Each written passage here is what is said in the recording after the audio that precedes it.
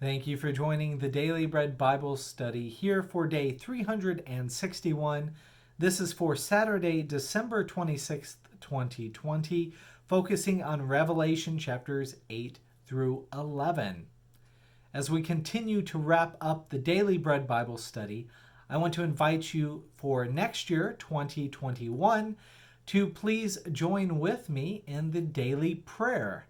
Now, daily prayer will be a short video each day in which we can reflect and pray together and share in common prayers along common themes. So I hope you're excited about that, like I am, and the ability to reflect upon what God is doing for us and give thanks to God in prayer.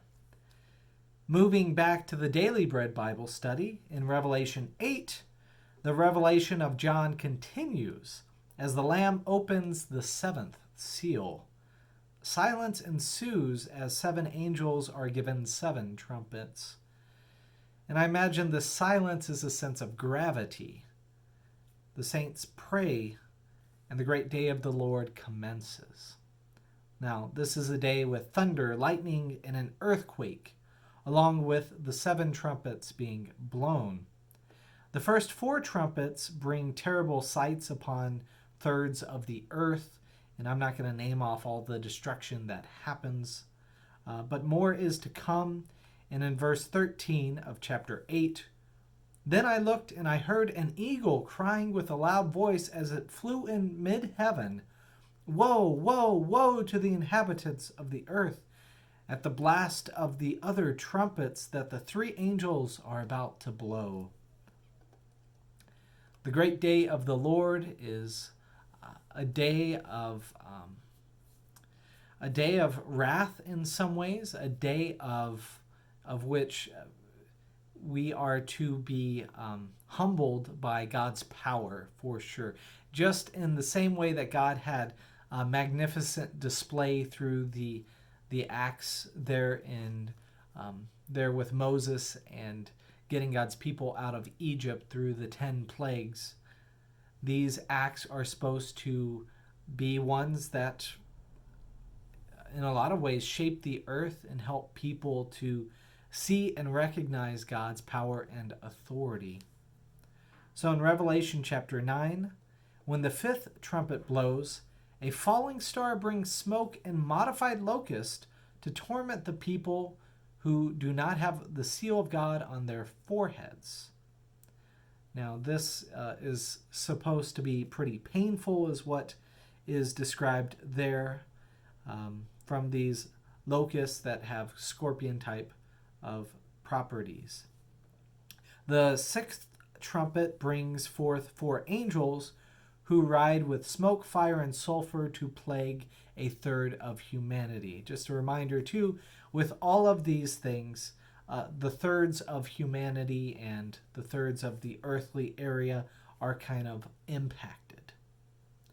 Yet, despite all of these things, people do not turn their hearts to God. In Revelation 9:20, the rest of humankind who were not killed by these plagues did not repent of the works of their hands or give up worshiping demons and idols of gold and silver and bronze and stone and wood, which cannot see or hear or walk. And they did not repent of their murders or their sorceries or their fornication or their thefts. So moving on to Revelation 10, another mighty angel comes, opens a scroll, and shouts thunderously. John of Patmos is instructed not to describe what the thunder contains. Instead, John is instructed to eat the scroll from the angel, which sounds like the Old Testament prophets. Now, the scroll tastes sweet, but becomes bitter upon being eaten. And this bitterness is connected to the command in verse 11, "You must prophesy again about many peoples and nations and languages and kings."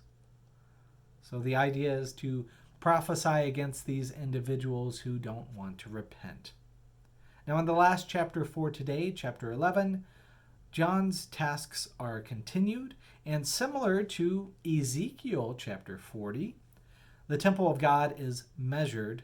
Now, this is different than Ezekiel because the outside of the temple is excluded, and it's John's task to measure it versus Ezekiel is not the one measuring the temple. But anyways, 2 witnesses are called to prophesy, both leading to faithful deaths, as it says in Revelation 11, chapter 7. Nope, chapter 11, verse 7, sorry. When they have finished their testimony, the beast that comes up from the bottomless pit will make war on them and conquer them and kill them. And their dead bodies will lie in the street of the great city that is prophetically called Sodom and Egypt, where also the Lord was crucified. So if this is the city where the Lord was crucified, it's namely going to be Jerusalem. These deaths are not permanent, as both of these 2 witnesses are resurrected. This ends the second woe after the 6th trumpet. For the 7th and final trumpet, the time of judgment upon the nation comes.